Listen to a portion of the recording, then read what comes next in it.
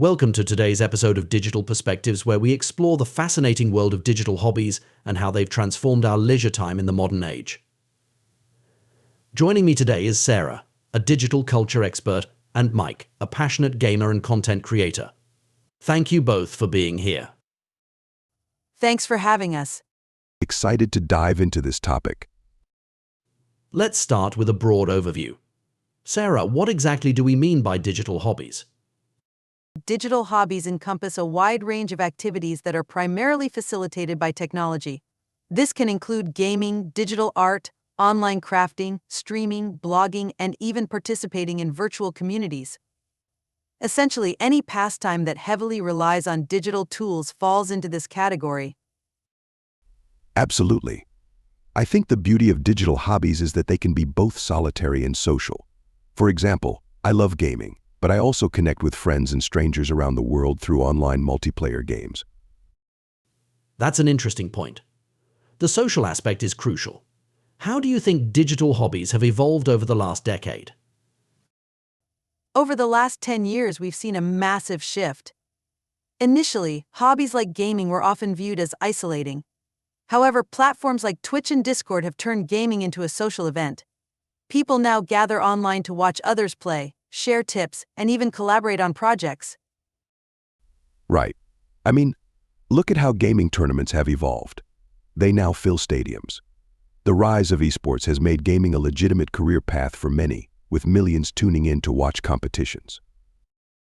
What do you think has driven this rise in popularity? Several factors contribute to this rise. First, the accessibility of technology has made it easier for people to engage in digital hobbies. Smartphones and tablets allow us to game, create, or connect from almost anywhere. And let's not forget the pandemic. With lockdowns in place, many turned to digital hobbies for entertainment and social interaction.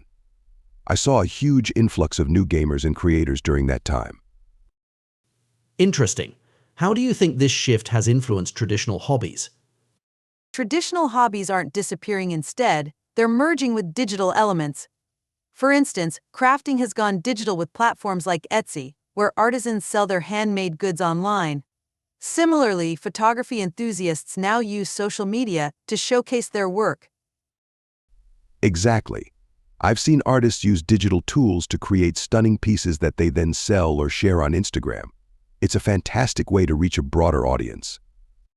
Speaking of reaching an audience, what role does social media play in this landscape? Social media is crucial. It not only helps people discover new hobbies but also fosters communities around them. For example, TikTok has become a hub for DIY projects and creative challenges. It's incredible to see how quickly trends can spread. And platforms like YouTube allow creators to share tutorials and tips, making it easier for beginners to dive into new hobbies.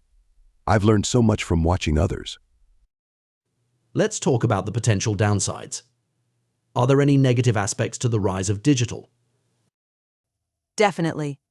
While digital hobbies offer many benefits, they can also lead to issues like screen fatigue or social anxiety. Some people may find it challenging to balance their online and offline lives. And there's the risk of addiction, especially with gaming. It's easy to lose track of time when you're deeply engaged in a digital world. Those are important considerations. How can people enjoy digital hobbies while maintaining a healthy balance? Setting boundaries is key. Designating specific times for hobbies and ensuring they don't interfere with other responsibilities can help. It's also important to take breaks and engage in offline activities. I agree. I try to mix my gaming sessions with outdoor activities or reading. It keeps me grounded and allows me to enjoy both types of experiences.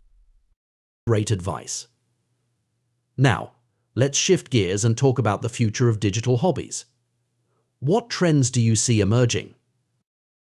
I believe we'll see even more integration of augmented reality AR and virtual reality VR into hobbies. Imagine painting in a virtual space or collaborating with artists worldwide in real time through VR. That sounds amazing. I also see a rise in collaborative projects, where creators work together across different platforms to produce content. It'll be exciting to see how technology continues to evolve. Before we wrap up, let's engage our listeners with some questions. We've prepared a few multiple-choice questions related to our discussion on digital hobbies. Thank you, Sarah and Mike, for sharing your insights today. It's been a captivating discussion on the rise of digital hobbies, and we hope our listeners have found it as enlightening as we have. Thank you for having us. It's been a pleasure. Until next time, keep exploring and enjoying your hobbies, both digital and traditional.